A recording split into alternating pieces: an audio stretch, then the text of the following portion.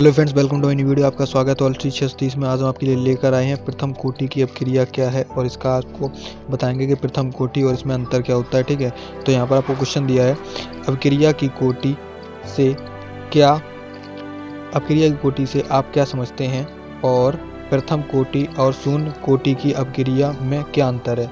ठीक है, तो इसमें अंतर पूछा गया है और आप क्या समझते हैं अपक्रिया से, तो मतलब अपक्रिया के बारे में आपको बताना है कि अपक्रिया क्या होती है। ठीक है, तो यहाँ पर सबसे पहले आपको हिंदी में लिखना है, जिसमें यहाँ पर दिखाई दे रहा है किसी अपक्रिया की कोटि अपक्रिया के में भाग लेने वाले अभिकारक अणुओं की वह संख्या जिनका सांद्रण रासायनिक परिवर्तन के परिणाम स्वरूप परिवर्तन होता है।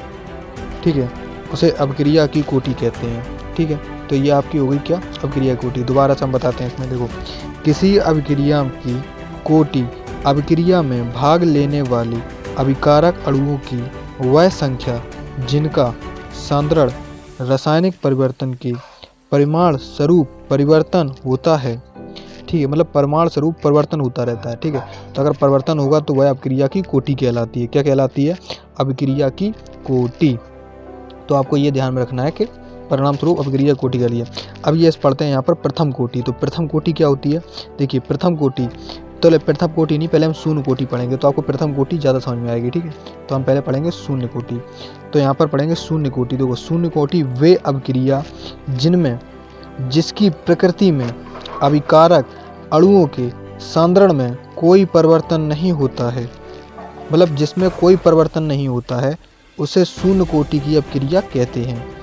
ठीक है, दोबारा पढ़ते हैं। यहाँ पर देखिए समझ में नहीं आया तो आपको, वे अपक्रिया जिनकी प्रकृति में अभिकारक अणुओं के सांद्रण में कोई परिवर्तन नहीं होता है, उसे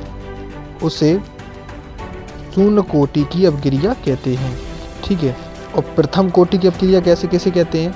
वे रासायनिक अपक्रिया जिनके प्रकृति में अभिकारक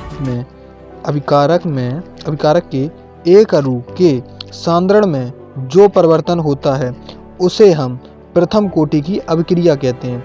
मतलब आपको क्या समझ आया कि जिसमें कोई परिवर्तन ना हो वो शून्य कोटि की अपक्रिया होती है। जैसे वे अपक्रिया जिनमें की प्रकृति में अभिकारक अणुओं के सांद्रण में कोई परिवर्तन नहीं होता है, मतलब अभिकारक अणुओं के सांद्रण में क्या आता आपको रखना है, अभिकारक के अणुओं में जब कोई परिवर्तन नहीं होता है तो वो शून्य कोटि की अपक्रिया होती है, और जब उसमें एक अणु के परिवर्तन होता है तो उसे प्रथम कोटि की अपक्रिया कहते हैं। इसी प्रकार से अगर आपको दो की दी जाए कि यहाँ पर आपको कर देना है दो अणुओं के सांद्रण में जो परिवर्तन होता है उसे आप द्वितीय कोटि की अपक्रिया कहते हैं।